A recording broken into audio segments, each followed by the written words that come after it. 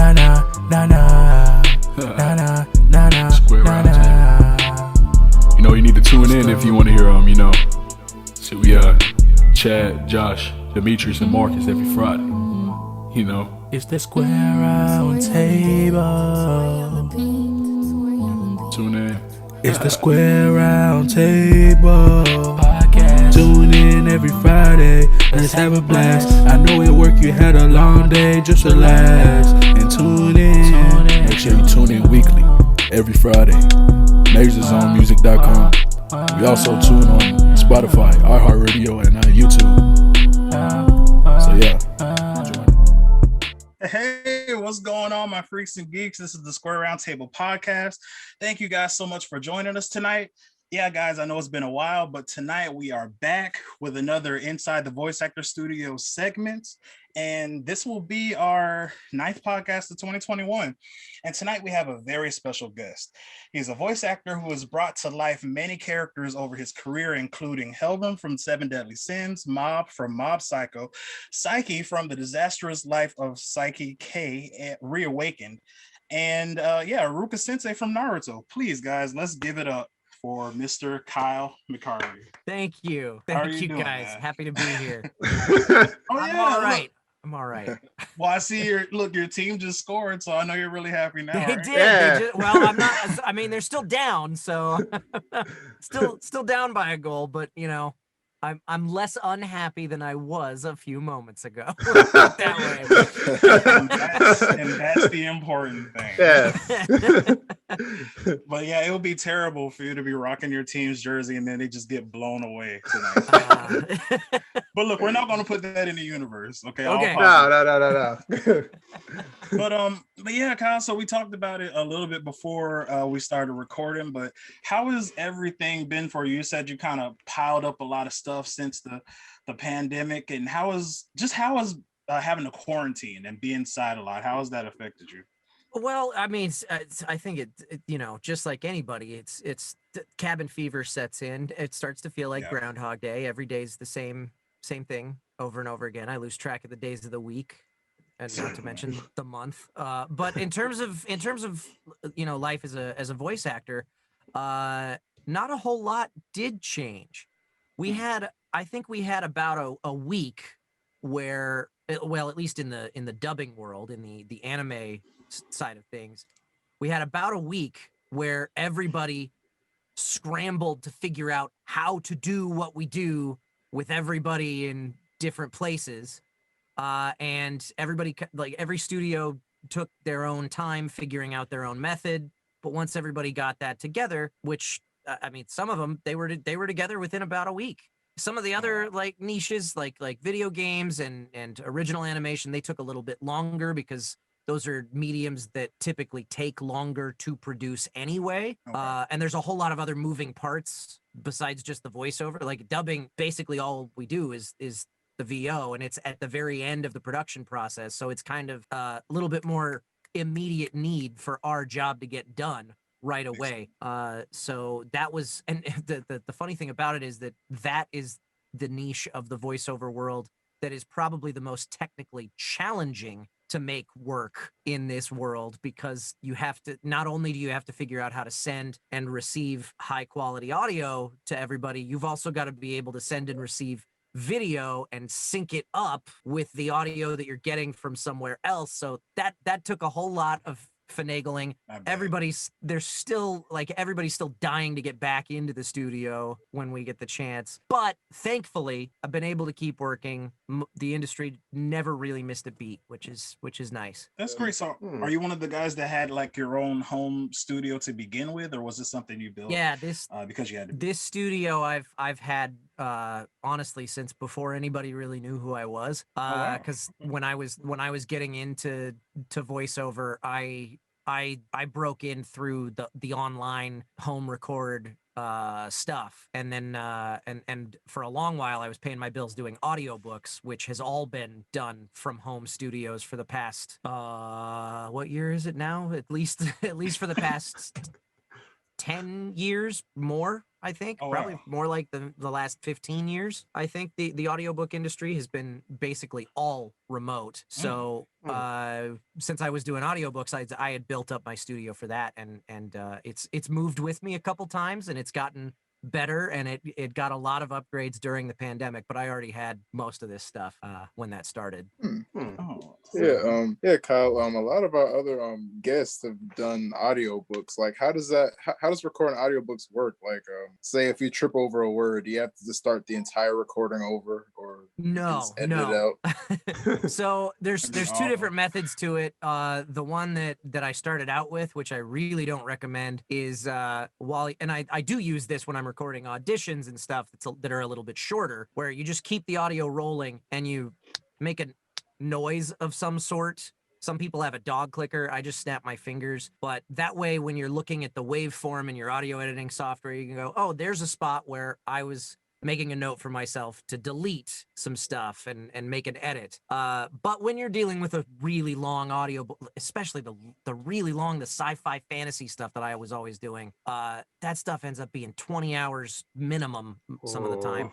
So there's a whole, like, to have to go through, even when you've got those little indicators in the waveform, that takes forever to get through in a long form thing. So the other method is to do what's called punch and roll recording, where whenever you make a mistake, you stop what you're doing, you go hit stop in the recording software, you put your timeline indicator at the point before you made the mistake, hit record, and the software is set up to give you 3 or 4 seconds of playback from before that point, and then as soon as it gets to that point, it starts recording again, and you're off to the races. And that way you kind of edit as you go.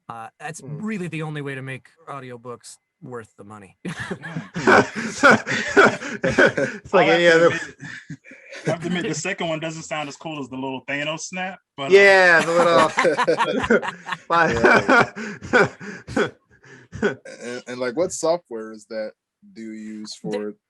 I've always used Adobe Audition because it's what I taught myself with. But Pro Tools is what I would say is the industry standard when it comes to professional recording studios. I don't recommend it for a lot of people starting out because it's so robust and it's so convoluted. It's kind of hard to teach yourself how to use it. And it's really expensive. But there are a few other options. Reaper is probably the one that I would go with if I was starting out now, just teaching myself now, because it's really good. It's really cheap, and it's capable of doing pretty much anything. But there's a whole lot of recording software suites out there that can do that.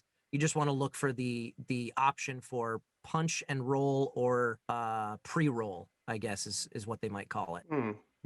Okay. So go ahead, Dmitri. So you said the Reaper would be like the cheapest option and the easiest option, or just the cheapest option? Reaper would be the one that I would learn if I were starting out now, because it is incredibly robust. It's super cheap, because I think a license is $50 and you can do a trial for 30 days for free or something like that. So it's it's not quite free to use like Audacity or something like that, but it's so much more powerful. In terms of ease of use, I mean, GarageBand or something that's really just, because if all you're doing is recording your own voiceover auditions, you don't really need a whole lot of bells and whistles. Okay. But Reaper is capable of doing everything that Pro Tools does for about a hundredth of the price. Like, Pro Tools gets really expensive because yeah. So what's the world of narration and audiobooks like? Because we've talked to people that have done it before, but like, is it a situation where you get what kind of comes down the pipe when you put yourself out there for I guess narration, or do you get to pick and choose, like, okay, I love horror, so I want to do horror stories, or I like sci-fi and fantasy, I want to do that? Like, is it something that you can choose what you want to do? I mean, I think it's like any freelance business where you can work towards getting any type of work. I kind of fell into doing a lot of sci-fi and fantasy stuff because what I wanted to do when I was narrating audiobooks was a whole bunch of wacky, zany character voices to set each character apart. And that's just not something that is done in most other genres of audiobooks. So that was most of what I did, was the sci-fi fantasy stuff, which that started to get a little draining, because as big of a fan as I thought I was of sci-fi and fantasy, without calling any specifics out, there's a lot of sci-fi and fantasy on the market, and not all of it is great. So no, I can agree. I can definitely agree with you. So falling into that was all I was doing with my life for a few years there. It just started to get really draining, because I was like, these stories, I mean, they're okay, but when I'm doing an audiobook, I've got to read through the whole thing at least twice. And that's a lot of time to spend on a story that's just okay, you know? That you're not in. Was it that a lot of the like stories followed the same routine for you? Like, what became like old about narrating these types of stories? I don't know.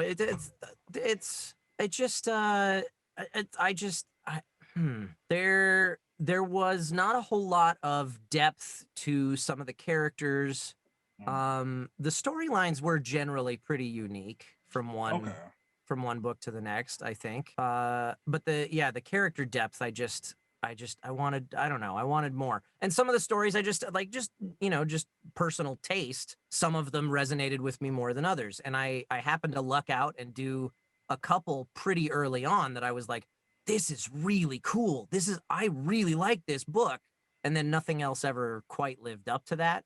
Some of them came close, but I don't know. Anyway. Did you ever work with a cast, or was it mostly just you by yourself? So there were a couple books that I did where there was I was the male narrator, and then there was a female narrator, where like different chapters of the book were told from a different character's perspective. But that was still all recorded from my home studio, and each chapter was just one narrator. I think what you're asking about is probably more along the lines of what would classify as an audio drama, where there's like full, a radio play, I guess. Yeah, radio play, exactly, where there's a full cast, and I have done a couple of those things, like for hobby stuff, not for any paid work, where we do the whole cast. Gosh, back in the day, we did somewhere we got everybody together in the same room in an apartment building and put microphones up, and then aired it live on that's pretty cool. Shoutcast servers, if anybody knows what those were. And that group has started to bring that back. It's called Tales from Your Mom's Basement. It's not airing live anymore. It's pre-recorded podcasts, but we're recording it. We're recording it like a I've gotten to do a couple sessions for original animation in this pandemic world, which is really kind of cool, because we're still all in our home studio. So backtrack. Gosh, my train of thought is all over the place tonight. I'm sorry. You're okay. Good. You're good. Yeah, you're good. You're cool. So recording for original animation, for cartoon shows that haven't been animated yet. So this is a little different than dubbing. The standard approach is still, or was up until about a year ago, still to get the entire cast, or as close to it as you could, together in the same recording booth. And it was, it'd be a nice, big, spacious recording booth, hopefully.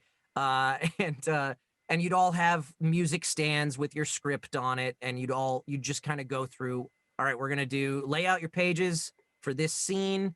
We're going to do one take all the way through. We'll stop. The director will give a couple notes. We'll do another take all the way through. We'll stop, and the director will say, let's pick up this line and that line and whatnot. And that's kind of the approach that you take for original animation, which is really cool to be able to play off of the other actors while you're acting. Because that's not a thing that you get to do, mostly because of technology, but also I think because of scheduling and just a desire to fine tune every single line.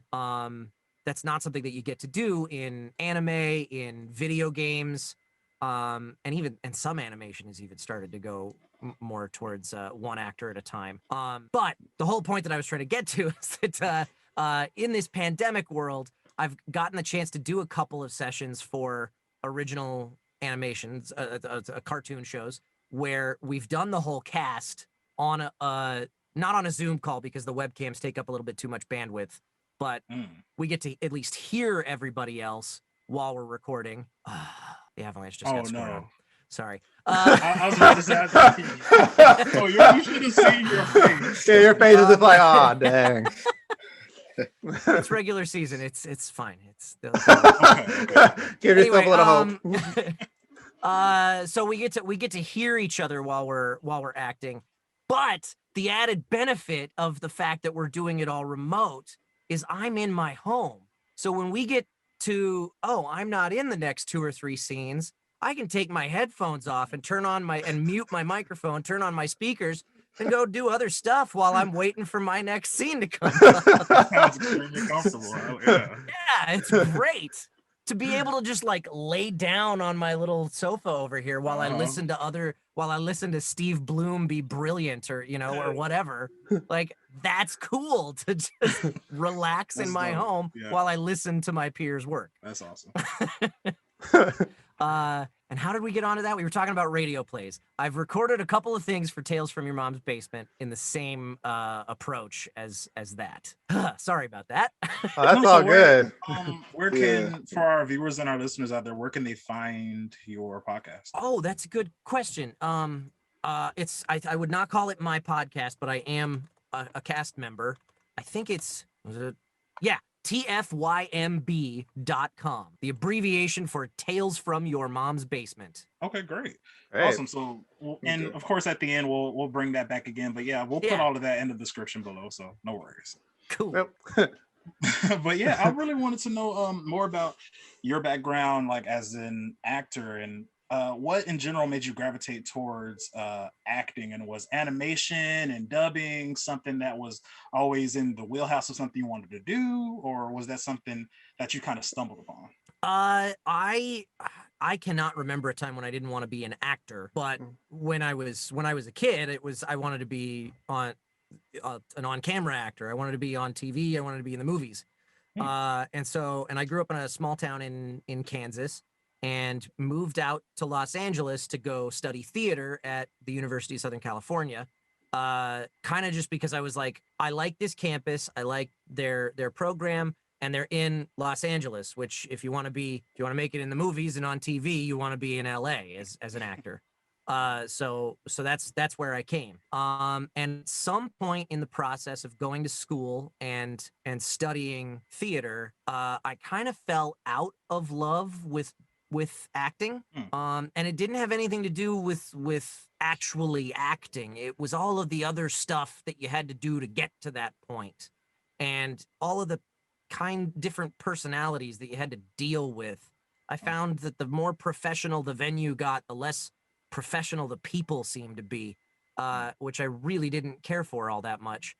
But somewhere in the midst of all of that, I got really into World of Warcraft, and I got involved in a fan site for WoW called WoW Radio, where we did they did podcasts about World of Warcraft. But when I got involved, I'd been playing the game for all of about a month, so I didn't know nearly enough to host my own talk show about it. But me and my buddies, who all got into it at the same time, we're all theater kids in high school. I'm now in college, and when we found the website, they were looking for new show hosts, new shows, and we were like, well, we can't do a talk show because we don't know anything about the game, but we're actors, we can act. So we made a radio play, and that was called The Chalice of Silvermoon. It was very, very Warcrafty, and just stupid humor. I think if I went back and listened to it now, it would make me cringe. I understand. Yeah. But after I graduated from college and spent about a year floundering around in Los Angeles, calling myself an actor and not really trying to be an actor because I had lost my passion without really realizing it. I kind of just, I don't know, at some point I took stock of where I was and was like, you know what, that the radio play was a lot of fun. Maybe I should take a class in voiceover. Because when I went to USC, now USC has a voiceover class. When I went there, they didn't. Okay. So I had no experience beyond just amateur radio play stuff with voiceover, really. up until that point. I was like, I'm gonna go take a class in voiceover and just see what that's all about. And after I did that, I fell in love, and I was just like, this is all I want to do now. I just want to, like, it was always a thing where I was like, oh, it'd be cool to be in a cartoon show or something, but it was never a focal point until then. And then it was like, oh, this is all I want to focus on now. And the light went off, and I was off to the races. Wow. Wow.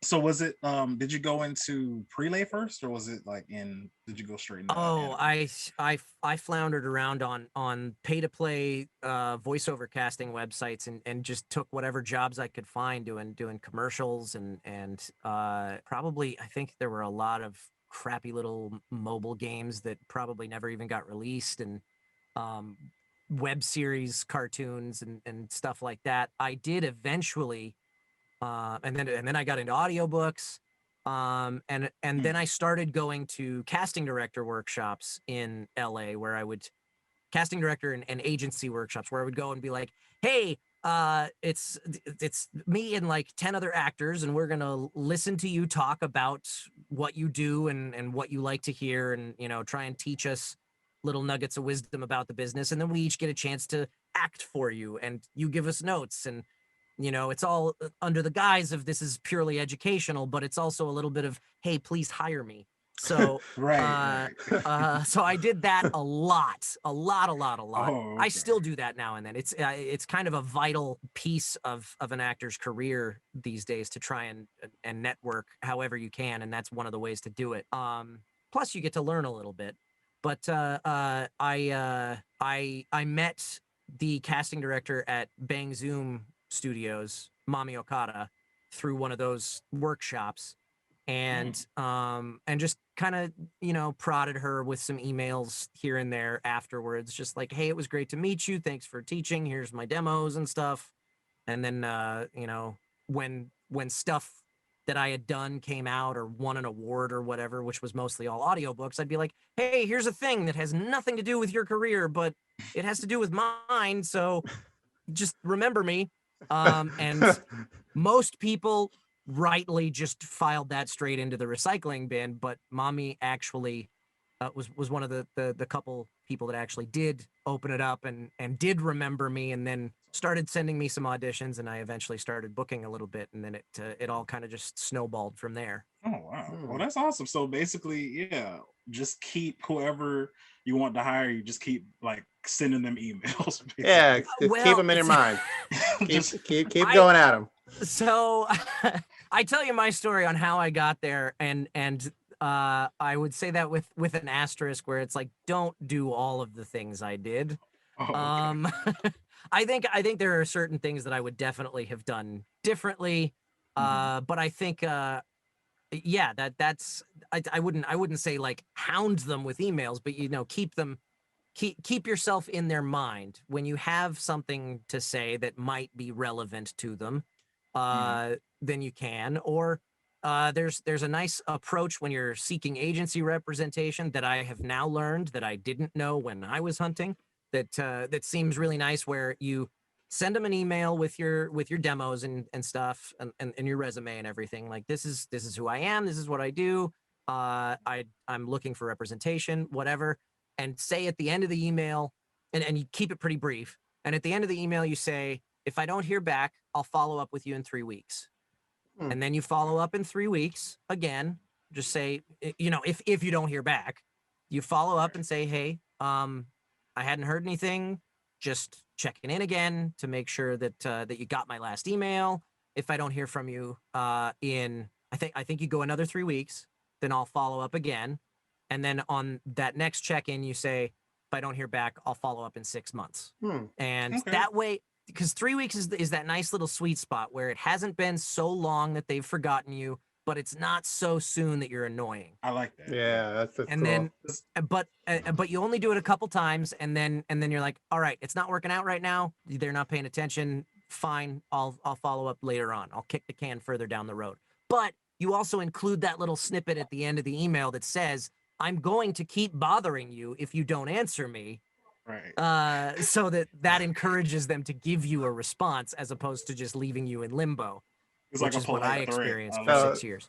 So just be consistent about you're filing your emails after them after a certain amount of time. Like the time is different, but you're always going to email them and always going to be in their inbox at some point in time in the future. Yeah, you just want to keep yourself in the minds and you know, you want to have something new to say when you check in.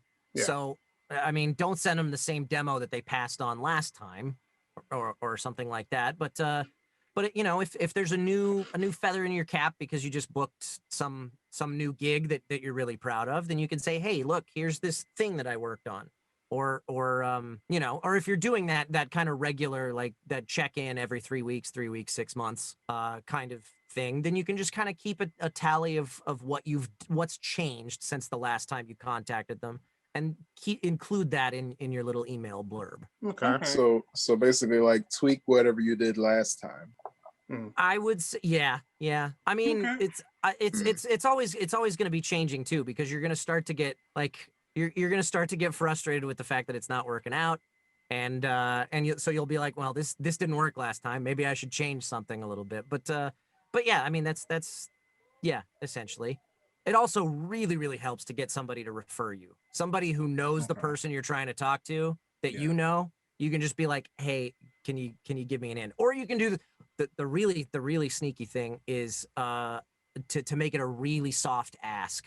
Like when it comes to agency representation for me, when I was trying to get in the door, I sent out a couple messages to some actors I knew who were on the rosters of these agencies that I was eyeing, and I was just kind of like, hey, I'm looking to submit to your agent. I was just wondering if you had any tips on what to say or not to say and who to submit to. And then just leave it at that. Because then that way it's a really soft, like, let them know that what you're doing. They're going to know that you're asking for a referral, but you're not putting them on the spot where they have to tell you yes or no, because that's a big ask to ask for a referral. So that way you don't make them tell you no. And they can still give you those pointers that you're softly asking for that may or may not help you, but then it opens the door for them to make the offer of like, oh, you're not with an agency already? Well, you know what? I've got a good relationship with my agent. I'll walk you in. I'll drop your name for you or whatever. Oh, those are actually really good pointers, because specifically with me, I'm the guy for the podcast that either I'm always trying to get promotions or I'm trying to get somebody to come on the show. And often it won't even be a problem where somebody doesn't want to be on the show. The thing I often run into is I'll ask somebody to come on and then they'll be like, yeah, sure, great. And then I try to follow up and then I don't hear from them. Then I try to follow up and then it's like, oh no, but what do I do? And I feel like, you said it perfectly. I hate to feel like I'm bothering somebody, right? But I don't know how to structure it to make it seem like, hey, I'm not pestering you. I just, I'm confused. Right, yeah. So yeah, that's a good one. So trust and believe, Kyle. I will be using that from now on. Add it to a cheat sheet and whatever. Just like cheat sheet added. Be like, hey, just so you know, I'm coming back in 3 weeks. Okay. Right, You'll hear from me. That's a good one. Yeah, that's a good point. Good tip. And if you guys are listening, y'all want to get in the voice acting community, he said it here. Right, exactly. Just politely threaten people, and it'll be.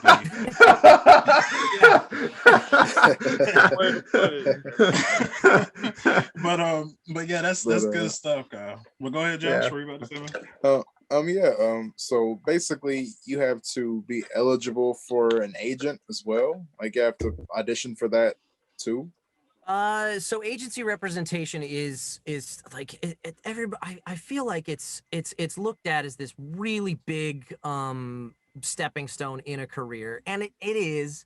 But I feel like it's a little bit overemphasized. It's just everybody kind of like looks.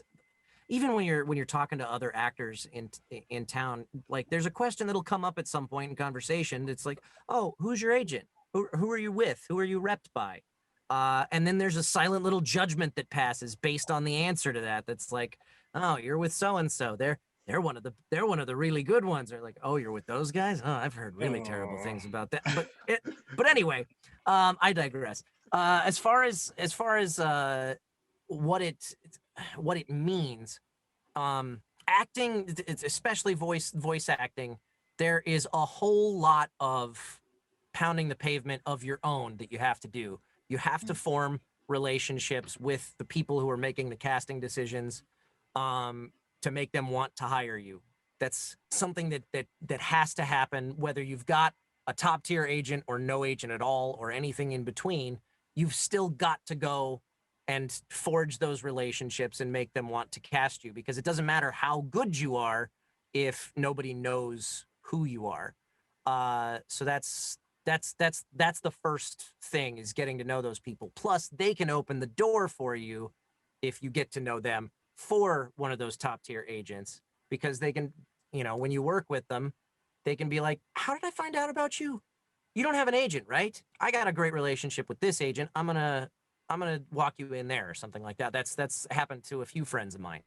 But then what the agent does is, they get access to a whole lot of auditions that are kind of the cream of the crop auditions, for AAA video games, for the Cartoon Network cartoon shows, or Nickelodeon or Disney Channel or whatever, for the national TV commercials, and everything that, like, the agents get auditions from the biggest and best casting directors, because those casting directors don't want to have to go looking for individual actors themselves. And these agents, especially the ones that the casting directors know are the good ones, they have a roster of several actors that they can submit to any particular job, any particular role. So the casting directors go to them. And the other thing that I think a lot of people really, really overemphasize, that first part of, like, the agent is going to open the door to all the good jobs. Yes, they will. But you've also, like I said, you've still got to get to know those people, because it's really hard, even when you've got the good agent, to get cast in some of those big projects if nobody knows who you are. How you get to know those people is a question that's really hard to answer. I don't know, because it's a little bit of that catch-22. How do you meet them if you can't work with them? How do you work with them if you can't meet them? Right. Let's talk it over a hockey game. Yeah, exactly. Right, exactly. Yeah, that's actually a great strategy, to reach out and be like, hey, I'd love to pick your brain. Can I take you out to coffee? Or something like that's that. a good one too. That works really, really well. Or take those casting director workshops I was talking about. The other thing that agents do that is vital for me is they handle all of the boring side of the business, boring stuff for you, especially if you start to go, hey, I booked this job, but I don't want to have to deal with telling them what my availability is and get it scheduled and all of that stuff. So I'm just going to pass this off to you guys. You have access to my calendar. Figure out when I do that job and then tell me. And then and for 10% of the paycheck, that's great. They also, it's almost all the time, there are a couple clients that still are not used to working with agents and mess this up every now and then, but almost all the time, the paycheck goes to the agency direct deposits it into my bank account. All I have to worry about is doing the acting. It's great. That's easy. Sounds amazing. Right. That's and the agent gets to be the bad guy for me whenever the client does something that they shouldn't. So if they are late paying for something, the agent chases them down. I don't have to. If they try to try to make me scream a little bit too much in a particular session or something. I mean, there's tons of examples of client abuse. The agent, I can just write my agent and be like, hey, can you help me out? Because I don't want to be the bad guy here. And they can do that for me. So yeah, That's Okay, that's those that's are what the an perks of agent an does. agent. Hey, Yeah. with the agent, that makes it seem like so easy to do, like anything. You just like, oh, I'll wait for my money to deposit in my account. I'm chilling. I mean, you still got to do you still got to do a lot of that legwork. Plus, you have to do a lot of that legwork to get to that point. And it depends. It depends. I know plenty of actors who would rather handle a lot of that stuff for themselves. I used to feel that way, and as I got older and I don't know, more tired, I was just like, I don't want to. Somebody else take care of it, I don't please. feel like it. Oh, This is someone else's job. This is my job to act. Your job's to get all Yeah. my finances and give it to no, me. no, I don't wanna do it. Yeah. All right. No, but that's yeah, that's all good stuff. I wanted to know because we talked about you're going to um like school for like well USC and then going to take voice actor classes. I wanted to know like in general, what's like the like I guess the greatest lesson you've learned from like either of those schools, and did USC help you out a lot in your acting career as far Yeah. as voice acting is concerned? So I mean, I learned a lot about the craft of acting, and I think it's pretty important for a voice actor to have a foundation as an actor, just The thespian. to begin with. Yeah, exactly. So I learned a lot about that from USC. It was a very expensive, very expensive school. So I don't know if I had it to do over, like I feel like I developed a lot as a person going to college. I think I don't regret my time at USC, and I'm proud to call myself a USC alum. I would say that just as a general rule, in this country especially, the price of education keeps skyrocketing upward, and the value of it is going down. We talk about it all the time. Yeah. Yeah.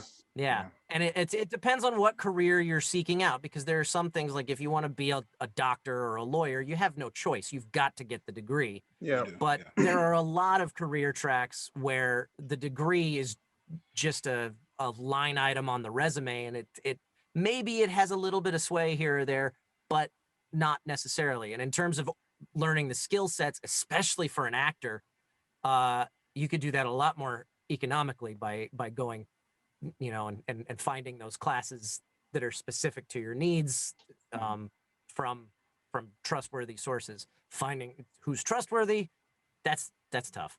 But in terms of the most valuable lesson I've learned, oh man, there are so many little tidbits. I don't even know where to begin with that. Well, just in there's- general, it doesn't have to be one. It doesn't. Yeah. There's one story that I really like from an acting teacher I had at USC. That there's all kinds of study that you do as an actor on figuring out and different methods that you can take, figuring out how to get your mind into the character's head and try and, you know, bring truth to the performance, make your performance believable, basically. But one of my favorite stories that kind of cuts through a whole lot of that mumbo jumbo is about Anthony Hopkins. And I'm going to mess up some of the details on this because I was hearing it from an acting teacher who heard it from somebody else, and that I don't know where they heard it from. But about Anthony Hopkins, for the longest time, when people asked him how he prepared for a given role, his answer was a very short, curt, I read the script and I memorize my line. And everybody thought he was just kind of being a smartass about it or something. At some point, some reporter is interviewing him for some, I don't know, for whatever reason. And instead of him coming to them, they went to him. So this reporter, for the first time in his storied career, goes to Anthony Hopkins's house to interview him. And while the reporter is talking to him or sitting there and waiting, he notices a script on the table, on the coffee table, that has a whole bunch of little markings in the top right-hand corner of the title page. And when Anthony Hopkins comes back and sits down, the reporter asks, what are all these little marks? What's going on up here? And Anthony Hopkins goes, oh, that's how I keep track of how many times I've read the script. And the reporter went, how many times do you read a script? And Anthony Hopkins quickly looked him in the face and said, never less than 100. Wow. Wow. Jeez. Which is like, well, think about all the things that you would learn about the character that you're playing and their place in the story that you're telling if you read the script 100 times. Yeah. Yeah. Okay. Yeah.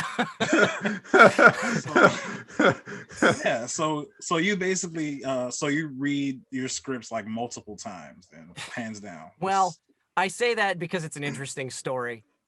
In terms of the career of a voice actor, you've got to be great at cold reading because okay. you don't get the opportunity to read the script most of the time. Mm. Like, and it's always changing while you're working on it too. There's non-disclosure agreements, especially in video games, where they're like, we won't even tell you the title of the project you're working on. So That you're not going to get to read. ridiculous.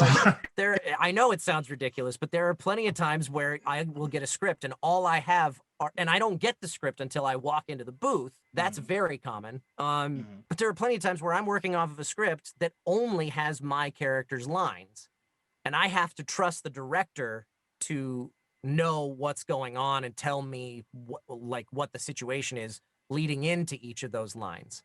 And if they don't, then I have to do the boring choice and make sure that it fits for the most the most applications. Instead of making an interesting choice, I have to do the safe choice. So okay. So how many times has that happened where you've had to just like trust your own instinct? And... Oh, enough. It's not so common that I start to hate the job or anything like that. Most of the time I get to delve in and really explore the storytelling and stuff. But there are definitely times, whether it's due to confidentiality concerns or due to just the layout of the project. I mean, maybe there's a whole lot, like with video games, there can be a whole lot of different moving parts when the player's playing through the game, and they can experience the same line of dialogue in 100 different places or something like that. So it just depends on the project in terms of when it's feasible for me to get to know the surroundings of what I'm doing.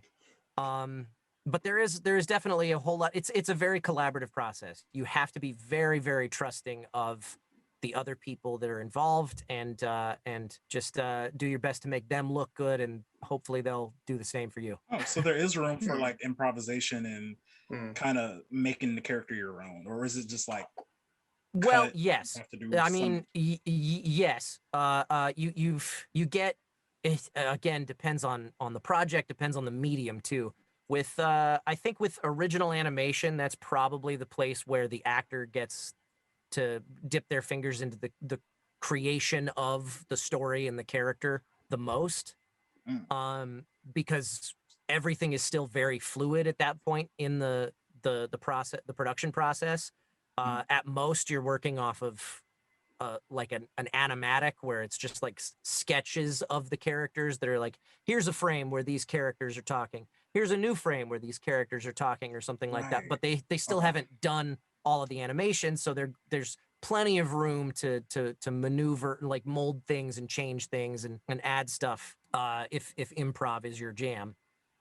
Video games, you can do a little bit, but not quite so much, because again, you might not know nearly as much about what's surrounding your character, and there's so many people involved in the production of a video game that there can be just a little bit more like, hey, actor, your job is not to do the writing, that's writer's job, you do the acting.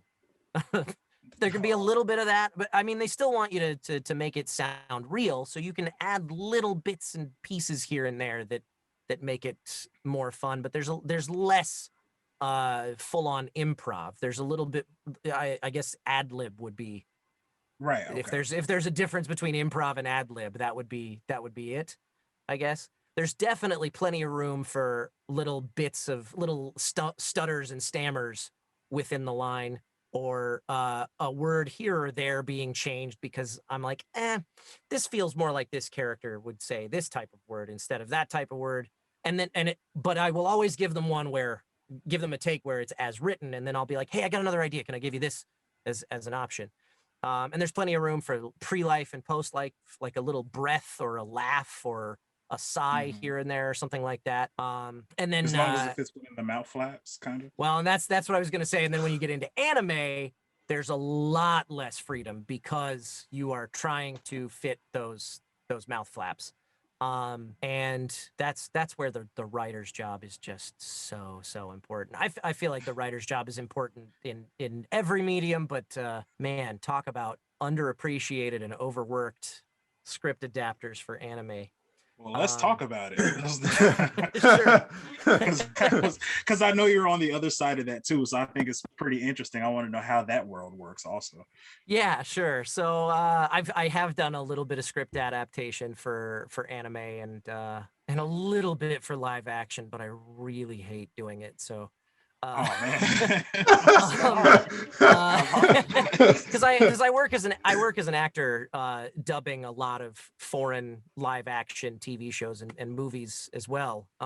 Netflix, man, they are going and now HBO and Disney and like everybody's getting in, and Amazon, everybody's getting into the hey, we're gonna buy up content from France and Spain and Germany and Norway and Sweden, and then we're going to bring it over to America. But in order to get more eyeballs on it, they need the voices coming out of those mouths need to be speaking English. So we got to dub it all. It's great for like the new Lupin show. That's one of them. Yeah. Didn't work on that one, but but I my voice is all over Netflix because of those foreign dubs. That's awesome. But as far as script adaptation goes, basically, you as the adapter are given a script that is a raw translation, like a literal translation of what the characters are saying. Okay.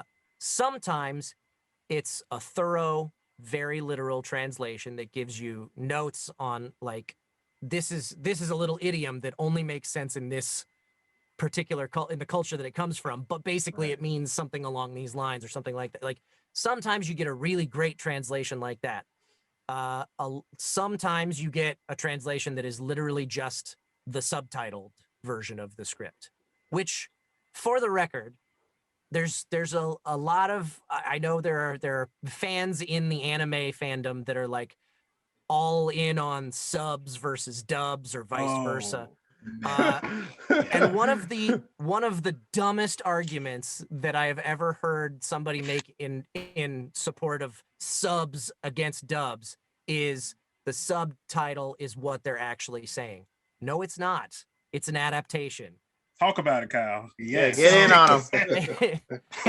in order to make now, yes, they are probably going to be a little bit more faithful to the literal translation when they make the subtitle script, but they still have to adapt it because they want to keep things as brief as possible so that they can fit more text on the screen and keep your eyes on the pretty pictures that are going on as much as possible instead of on the text that's on the bottom of the screen. So a subtitled viewing is not the literal what the characters are saying. They have to change things.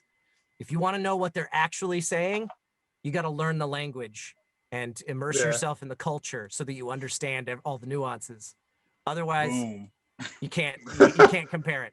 There you go. So sometimes as an adapter, you'll get a really thorough translation. Sometimes you'll get just basically the cliff notes, the subtitle script.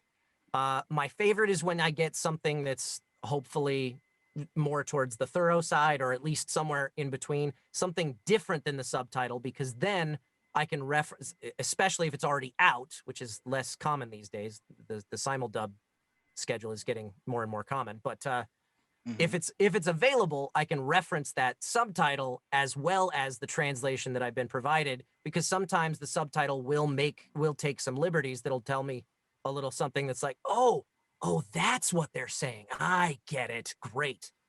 So it's nice to be able to cross-reference between the two if you can. But you're supplied with a script that is, this is literally what they're saying, and then as the adapter, your job is to go through line by line and watch what they say once, listen to it while you are looking at the literal translation once, and then start a process of repetitive trial and error of, okay, that was about that many syllables, and in that amount of time, let's try ba ba ba ba ba ba ba ba ba, and you speak it out loud.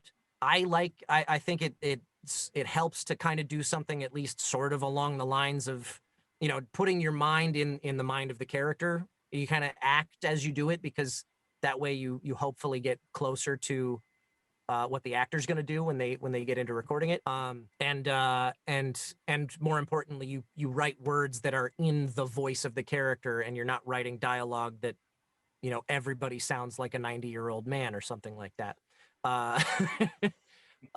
So, sense. but it's just, it's very very, very grueling, just one line at a time, many, many times. And often you try the literal translation and see if it works, because you're trying to, your goal when you're adapting is, number one, make it sound like English, make it sound how people talk. Number two, make it fit the timing. That's probably number two, is make it fit the timing. Number three is try to stay close to the original meaning. And if you can't stay close to the original meaning, stay close to the original intention. Because sometimes you'll have to flip the order of things to make it make more sense, or something like one line. This conversation will actually flow a little bit better if I flip these two lines in terms of the actual the literal meaning or something like that. And if you're adapting comedy, what's funny in Japan is so different from what's funny here. So you didn't think about that. That's crazy. You take some liberties there with like, that's not funny at all here. We got to make up our own joke.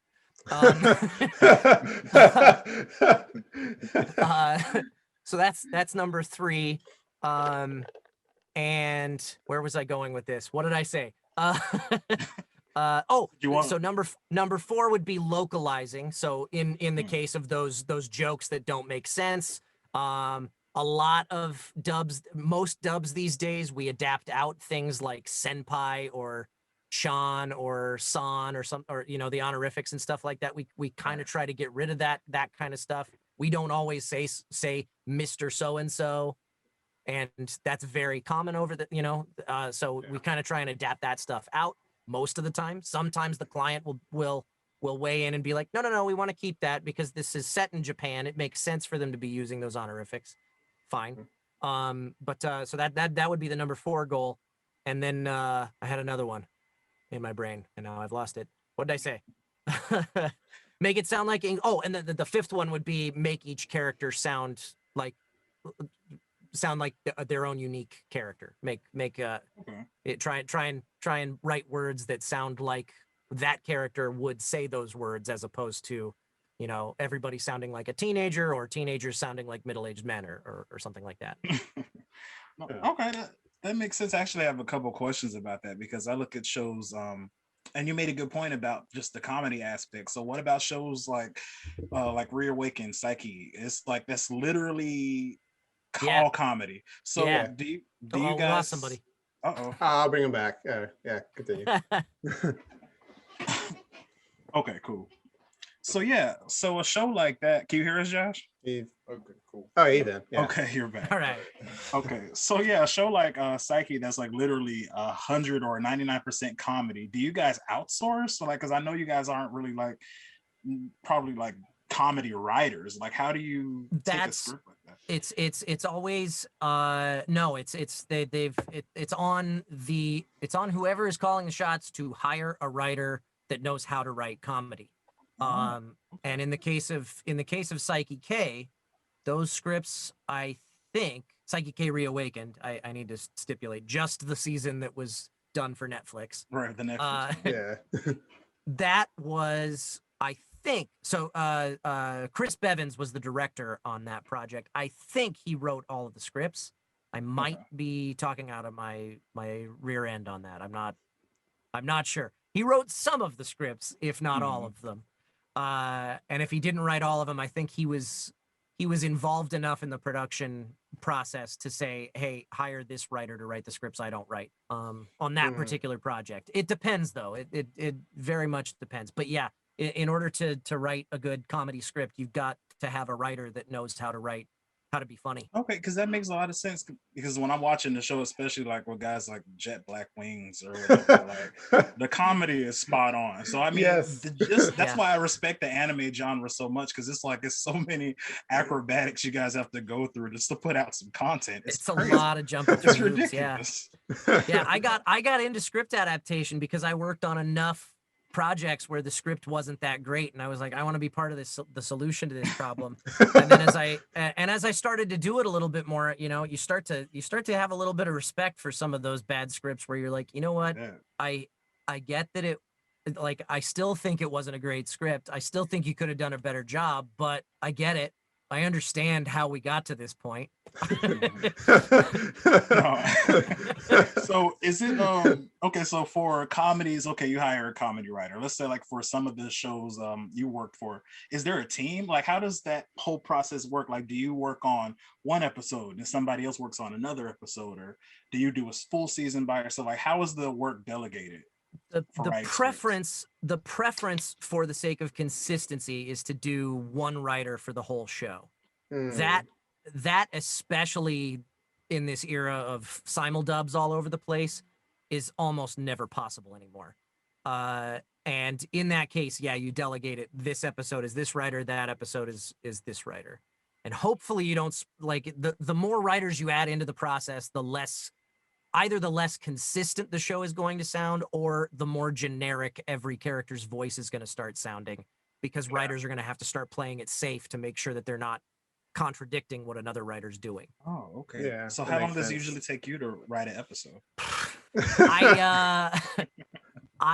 If I can get a week on my timeline for an entire half-hour episode, I am so happy. Not because I'm going to spend that whole week working, but because then I can crank an episode out in a couple of days and spend the next few days recovering before I get back into it. And especially with the simuldub stuff, the turnaround times are insane. I am one of the slower writers because I'm very painstaking. I want to make everything sound as close to perfect as I possibly can. I don't do a whole lot of good enough. Right. and moving on. Right. So I'm one of the slower ones, and I can turn out a script in 2 days. I don't want to. I want to be able to take more time than that. I have heard that some, like in Texas over at Funimation, where they've been doing simuldubs for a few years now, they've got writers that like they'll crank out a whole script in a day or half a day sometimes. Like, it's crazy. I don't know how they do it. So is it for you, because I wanted to know, because is it like a sigh of relief? Like, let's say if you have like a character and their head is turned or something, so is it like a is it like, absolutely. Okay, because I was wondering how that worked. Yeah, when there are not mouth flaps to worry about, you're like, oh, freedom. I can do things now. Like I don't have to worry about the exact timing. Like, you generally want to keep the total length a little bit closer, but it matters so much less when the mouth isn't visible. Even when the mouth is obstructed for part of a line, that still helps you a lot, because they can always just sync the flaps to start or end where they start or end, and then don't worry about the part where it's not on. Yeah, it's really really nice when you don't have to worry about Right. Whereas I talked about how much I hate adapting for live action. So for anime, generally the mouths are just flaps. The mouth opens and it closes. And there might be a little bit of variety in there. Sometimes it'll open a little wider. Sometimes it'll be a little bit rounder as opposed to ah. It'll be a little bit more of an O every now and then. But most of the time in anime, the mouth movements are pretty basic, just open close. When you're adapting for live action or when you're adapting for a CGI show, like I did half of the episodes for Ghost in the Shell standalone complex 2077 or what, Yeah. I can't remember the numbers. Yeah. 2045. Yeah. Thank you. That one. Yeah. That's the one. Where all the animation is CG and they try to make the mouths. Oh, and CG is even worse than live action. 'Cause I live see a little action, bit of most people in live action, it's very cinematic. It's very real. So most of the mouth movement is kind of here. So it's a little bit, and for that, I hate writing for it because you have to catch like, they didn't close their mouth there. We can't use a B or an M. We got to find a different word for that point because their mouth is still open even though it's moving. It doesn't look like he's saying oh, it looks like he's saying ah. We got to change the syllable. So that's a new wrinkle added into things for adapting for live action. That problem is amplified when you're adapting for a CG show because they don't animate the mouths to do the little mumbly mouth movements that actual people do. They really overemphasize the shapes of the mouth. Oh, I hate it. Look, so Kyle, we just need to get you to do some shows where it's just the back of the head, like that's all.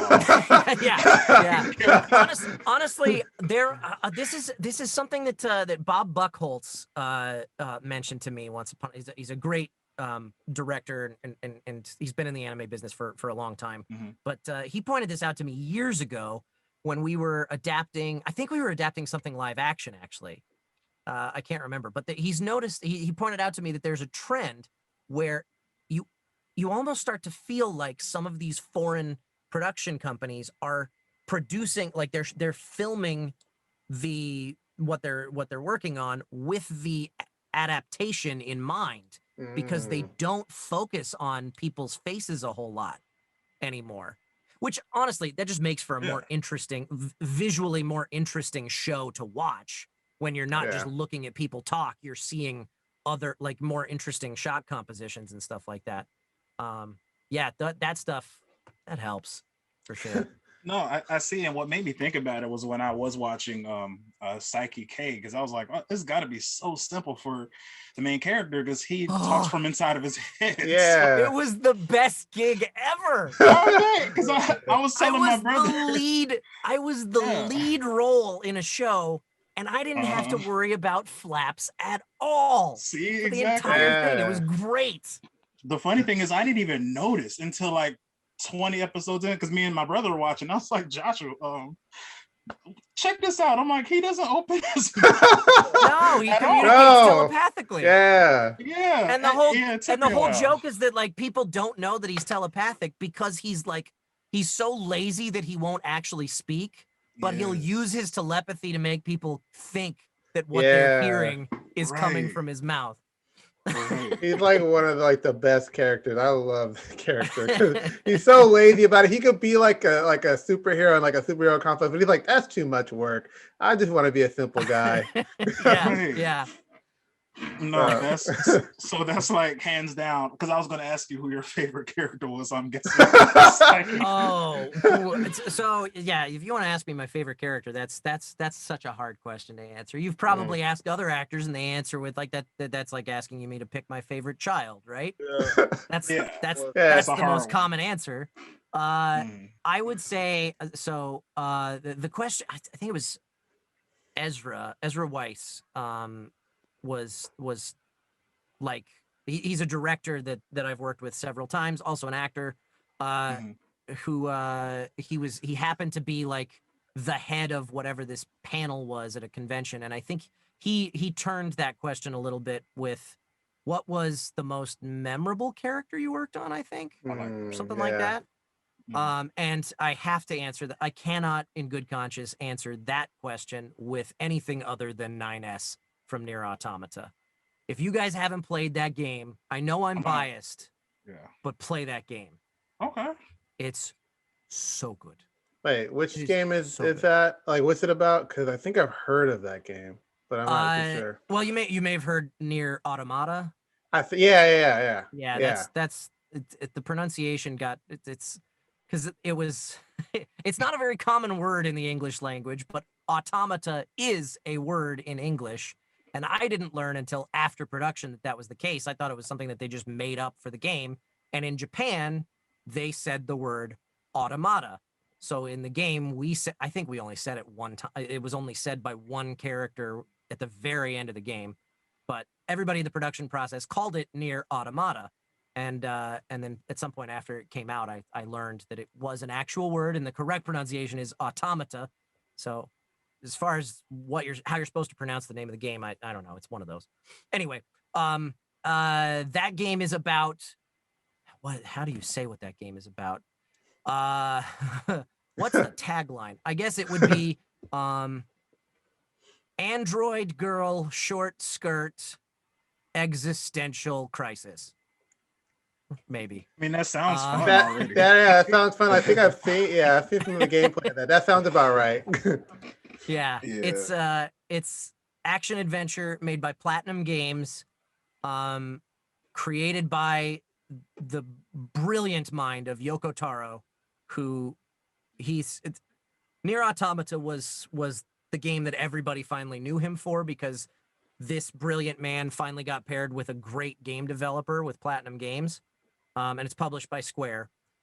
So that game is fantastic. But Yoko Taro also, there's a prequel to that game called Nier, which you don't need to have played to understand Automata, but there are a few Easter eggs here and there that you'll miss if you haven't played it. And then there's the Drakengard series that Yoko Taro actually only did Drakengard 1 and Drakengard 3. Drakengard 2 is the one that most of the fans of the franchise are like, we don't talk about that one because he wasn't involved. I don't know why. I've played. So my first exposure to the franchise, like a lot of people, was Nier Automata. After I played through it, I loved it so much. I played through the original Nier. I loved it so much. I played through Drakengard 3. And at some point, I'm going to play through Drakengard 1 and suffer miserably because the game design isn't great, apparently. It's like every game you go further back, the game design gets a little bit worse, but the story is still brilliant. Yeah. Oh, okay. And tell me the name one more time for our viewers and listeners so we can look that description. Nier Automata or Nier Automata. Yes. Nier. If you search for that, you'll find it. Okay, fantastic. And you're obviously a gamer too. So what else are you playing right now? My buddies are all really, like, they're all in on Valheim right now.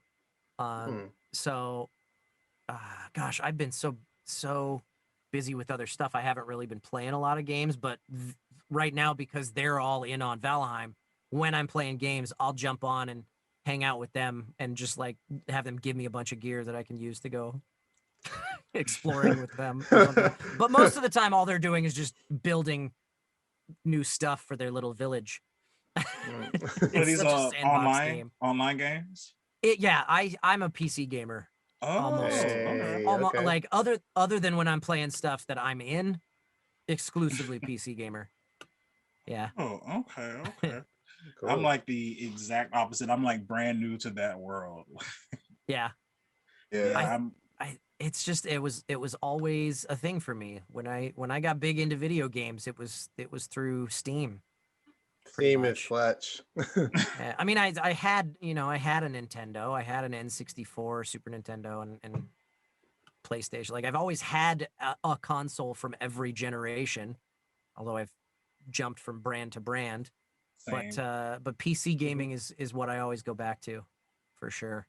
And these days I am more of a casual gamer.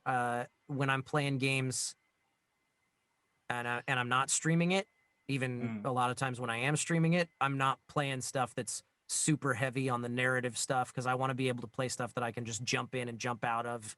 Like, hey, I have 20 minutes between sessions. I'm going to jump on and play a round of Overwatch or something like that. Man, you took the words right out. You can Overwatch. Oh wow. Yeah, it's like basically that's like all I play. Yeah. But yeah, Kyle, I have to know, who is your Overwatch main? Like, I don't really have one because I haven't played Overwatch in a while, but when I was playing, I wouldn't do the standard game mode or I would never do competitive. I would always do the arcade modes that would do like the mystery heroes or the 3v3 elimination or the 6v6 elimination. Those are kind of my favorites. Honestly, my favorite game mode in Overwatch is May's Snowball Fight, and it only comes around for about 1 month out of the year, but I love it so much. So I don't really have a main, but there's a few that I'll kind of rotate through. If I have to play a sniper, I will cry because my aim is just terrible. Yeah. It's got to be different if you're a console gamer too. It must be more forgiving because it's so hard. It's so hard to aim with joysticks, mouse and keyboard. Well, I don't know. Yeah, I think keyboard's a little It's hard for me because I don't play games all the time, so I know. I'm a terrible sniper with whatever control interface. Right, right. Yeah. I mean, I'm decent. Lucio, Junkrat, May. I often would end up going with a healer if I had to choose, just because nobody ever picks a healer. But basically, any of them are good.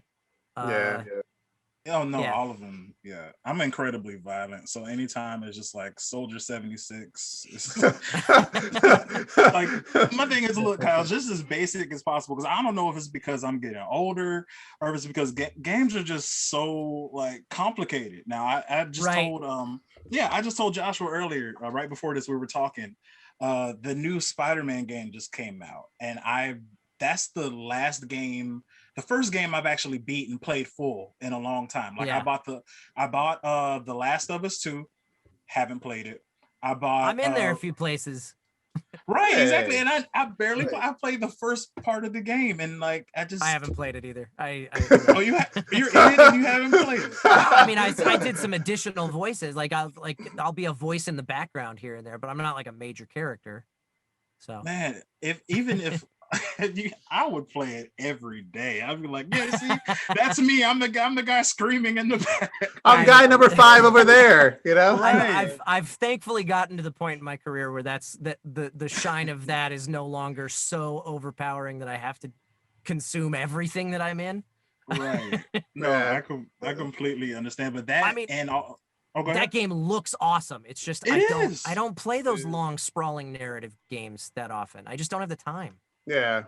Thank you. That's exactly it. I don't have the time because my friends always talk about me, including Marcus, because I didn't play Red Dead Redemption. I just got tired of it. I was like, Hey, Red Dead Redemption is good though. I did get into Red Dead Online recently because it's cheap. Yeah. You can get just the online for like, was it 5 or 10? I think it's $10 maybe. I think so, yeah. Yeah. Something So like that. I got that but it was to play with my buddies. I wouldn't have any fun if I was running around on my own. Yeah, you gotta play with your story buddies. mode. Here's my thing about a game, Kyle. It's like I go to a video game to play to get away from regular everyday life. If I got to do regular everyday life in a video, right? No, because in the game I gotta take baths, I have to shave, I gotta pay bills. I'm like, this is not a game. It's not fun. Keep myself. This is life simulator. I gotta do my taxes and stuff, man. Simulator. Exactly. So no, Kyle, I'm with you on that. I'm not. Don't play. Just continue to play. I'm sorry for anybody. But if I gotta go to sleep and make sure I wake up on time in a video game, no, that's not a video game. That's why you play like the Wild Wild West and you just go around just free riding and everything like that. Just they're like, oh, go to the store. Like, nah, I'm riding a horse over here. No, I don't want to have to worry about eating in a video game. Yeah. But yeah, Kyle. Oh, go ahead, Josh. What's up, man? Oh yeah, Kyle. Before we move on, how does Steam work? Because I've only ever played TF2 on Steam. Oh dang. I mean, these days the consoles are all pretty similar now because you don't have to get a physical copy of the game anymore. You just they've got like the online marketplace. So for Steam, you have an account, and there is software that you run on your computer. Mine's never not running. And it's got like a little friend system, just like the PlayStation Network or Nintendo Friends, or whatever the thing is on all those newfangled devices. Sound like an old man. yeah, I know. It's got like the friends list and the messaging system, and it's even got like built-in voice chat if you want to use it for that. But it's and then there's the marketplace, like the store where you can go find games you want to play and buy them, or there's a lot of stuff that's free. You just download it, and then once it's downloaded and installed, you launch it. And a lot of the newer stuff, it's really easy to just, hey, there's like a menu option when the game comes up. Your friend, somebody on your friends list is playing this game right now. You can just join them from there. And if not, it's generally pretty easy to join off of the friends list, like right click their name and join game that way. So it's pretty cool. Yeah, and also you can like gift people games if you really want to. Like you can be like, "Hey, I want to give you this game," and they'll like. I had my friend gift me like a lot of games. He would just gift me a game because he wanted to play with me, and then we'd play. But and the Humble Bundle, dude, Humble Bundle's great because then you get a whole bunch of games off of Steam that would normally be $10, $20, sometimes $40, sometimes even $60 games, but they're all like in some charity pack that the developers or the publishers have contributed to. And so it's just like, donate $1 to get these games, donate more than the average of whatever that is to get all of these 4 other games, donate at least $10 to get more games. And it's a constantly rotating thing, that so you really fill out your Steam library real fast if you start shopping on the Humble Bundle. And it'd be great if PlayStation was like just a little bit as generous as that, because PlayStation just gets you for everything you're worth. Yeah. Well, now I think all of the consoles now, don't you have to pay for an account to play anything online? Yeah, you got to pay like a PlayStation Plus is like the PlayStation equivalent. You got to have PlayStation Plus. You got to have Nintendo. What is it? Nintendo Switch. I forget what it's called. Nintendo Online. Yeah, maybe? something like that. Xbox Gold Pass. You gotta have one of those things to play anything with somebody else who's not in the room with you. Yeah. Steam, it's all free. Yeah. And also, I think, like, don't you see a lot of like alpha and betas more on Steam than you do on like consoles? Yeah, a lot of early access games. Now, you usually still have to pay full price for the early access, so whether or not it's worth it, I don't know. But you get to play the game before it's actually out. Yeah. Yeah. Okay. Yeah. Okay. I'm just through and through PC gamer. Yeah, I'm there with it. It sounded pretty good to me. So it sounded like a lot less money. Like my pockets are loving it. Well, it's easier for indie developers to put stuff. I mean, it's getting easier for them to put stuff out because of the not having to maintain an inventory and sell physical stuff. It's getting easier for those indie developers to put stuff out on the consoles as well. But it's still like Steam is kind of built on indie developers. So there's lots and lots of games that are made by 1 or 2 or 3 person teams or something like that are really, really cheap or free to play. And some of them are terrible and some of them are a lot of fun. Yeah. Well, that's interesting. I'm gonna have to definitely look into that. We'll certainly put it in the description below for our viewers and listeners. So, but yeah, Kyle, we talked about a lot of good stuff tonight, and once again, it was a pleasure having you on. Yes, it was. But since we are, definitely, since we are in a quarantine-esque environment, I just want to know what have you been binge watching lately, and do you have any like references for our viewers out there? My wife and I have been watching a lot of cult documentaries lately. Okay. We got really sucked into the story of Nexium, from the HBO Max series The Vow, which, man, it's just crazy. And then after we watched that, we signed up for a Trial for the Stars subscription to watch their show about it called Seduced. And now we've watched documentaries about Scientology, about Jehovah's Witnesses, about Heaven's Gate, which wow, those people are crazy. We're crazy. They're all dead now. dude.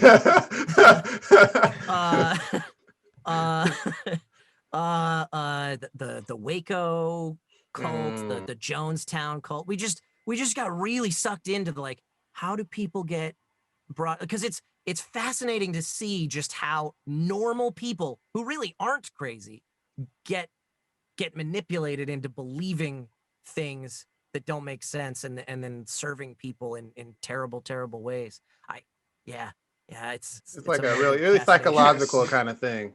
Like it's got to like your psyche. Morbid fascination. That's what we've been watching a lot of. That's awesome. But yeah, I've seen a couple of those. It seems to be the running theme is people just want to belong to something, you know? Yeah. Yeah. The story of the Nexium cult is particularly fascinating to me because it's not a religious thing.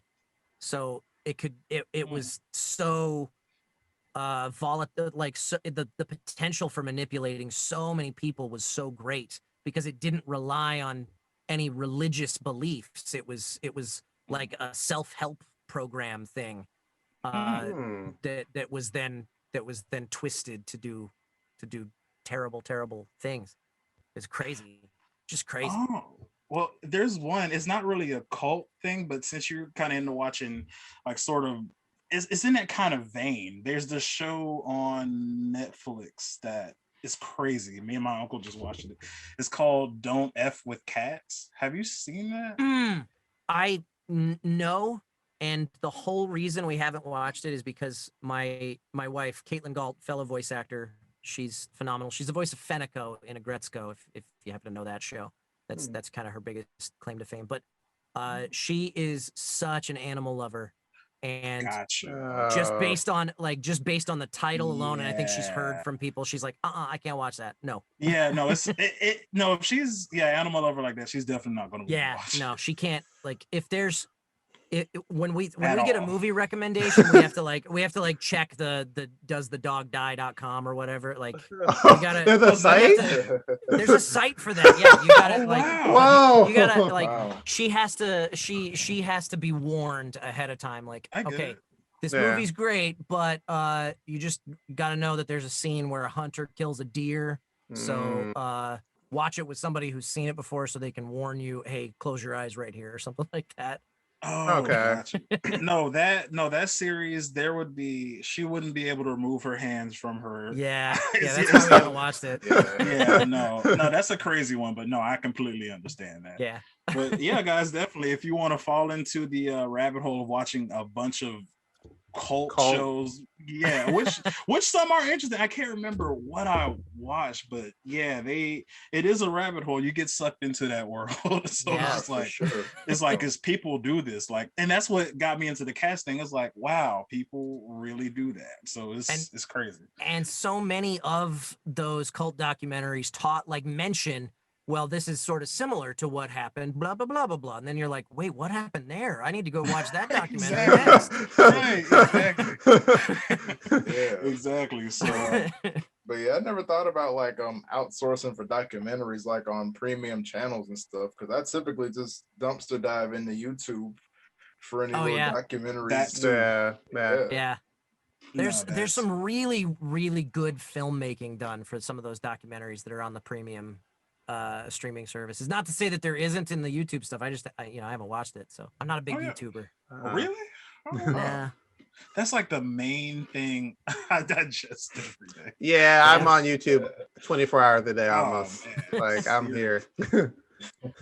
But no, definitely. Once again, guys, there's been a lot of stuff that we're going to put in the description below, but definitely all the shows that were just named, I'm definitely watching with my brother. We're going to put them in the description below. So yeah, Kyle, once again, man, it's been a pleasure having you. And before you go, I want you to tell all of our viewers and listeners where they can find you on social media. What do you have going on right now? All of that good stuff. Sure. You can find me on Twitter at Kyle McCarley. And you can find me on Twitch at twitch.tv/Kyle McCarley, where I stream Thursdays, Fridays, and Saturdays right now is my schedule. Thursdays and Fridays at 7:30 p.m. Pacific time. Thursday nights, I play multiplayer video games, kind of like the stuff that we were talking about tonight on Steam with some buddies of mine. Friday nights, I play board games on a show that I've put way too much time into called the Board and Barrel. It's a lot of fun. It's all been remote for the past year, but it's still a blast playing board games and stuff with some friends of mine. And then on Saturdays at noon Pacific time, I play games pertaining to my voiceover career, like Nier and Drakengard and 13 Sentinels and a bunch of other stuff. So that's my Saturday time slot is playing that kind of stuff. That's on Twitch. And then let me think, stuff that I can shout out about.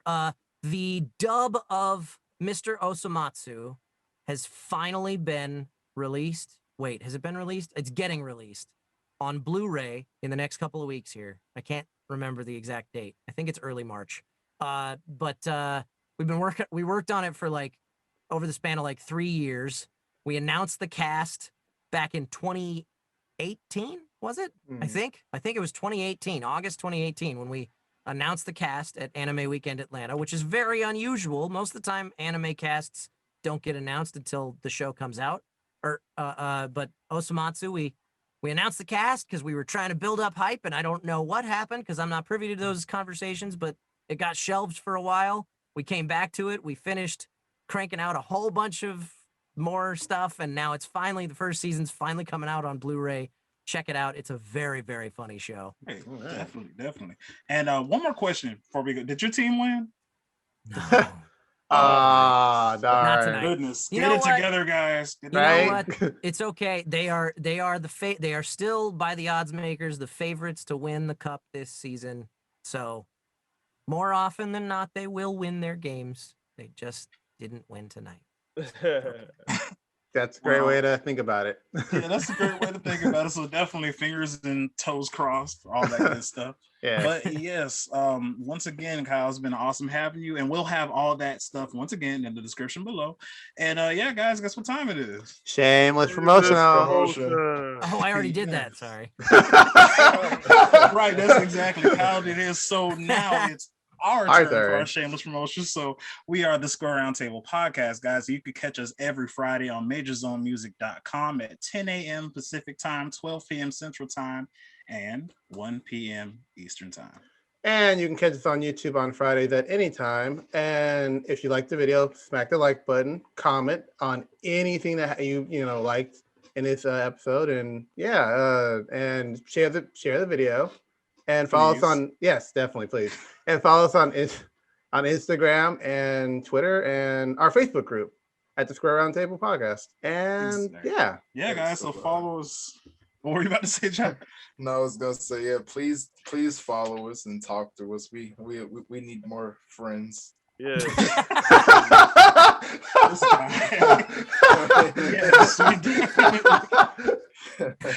Specifically in our Facebook group. We need join the Facebook group. We do talk to you guys. We talk. Yeah, back. we interact. We're interactive. Yeah, we don't fight. Exactly. So please, guys, follow us on all of those things and comment. Like Dmitri said, leave your comments and everything below. We like to, converse with you guys always. But yeah. So before we head out, I would love everybody to introduce themselves one more time, including our awesome guests for tonight. And my name is Chad Singleton. Dimitri. Josh Singleton. Marcus. And I'm Kyle McCarley. And this has been the Square Roundtable Podcast. We out. Peace.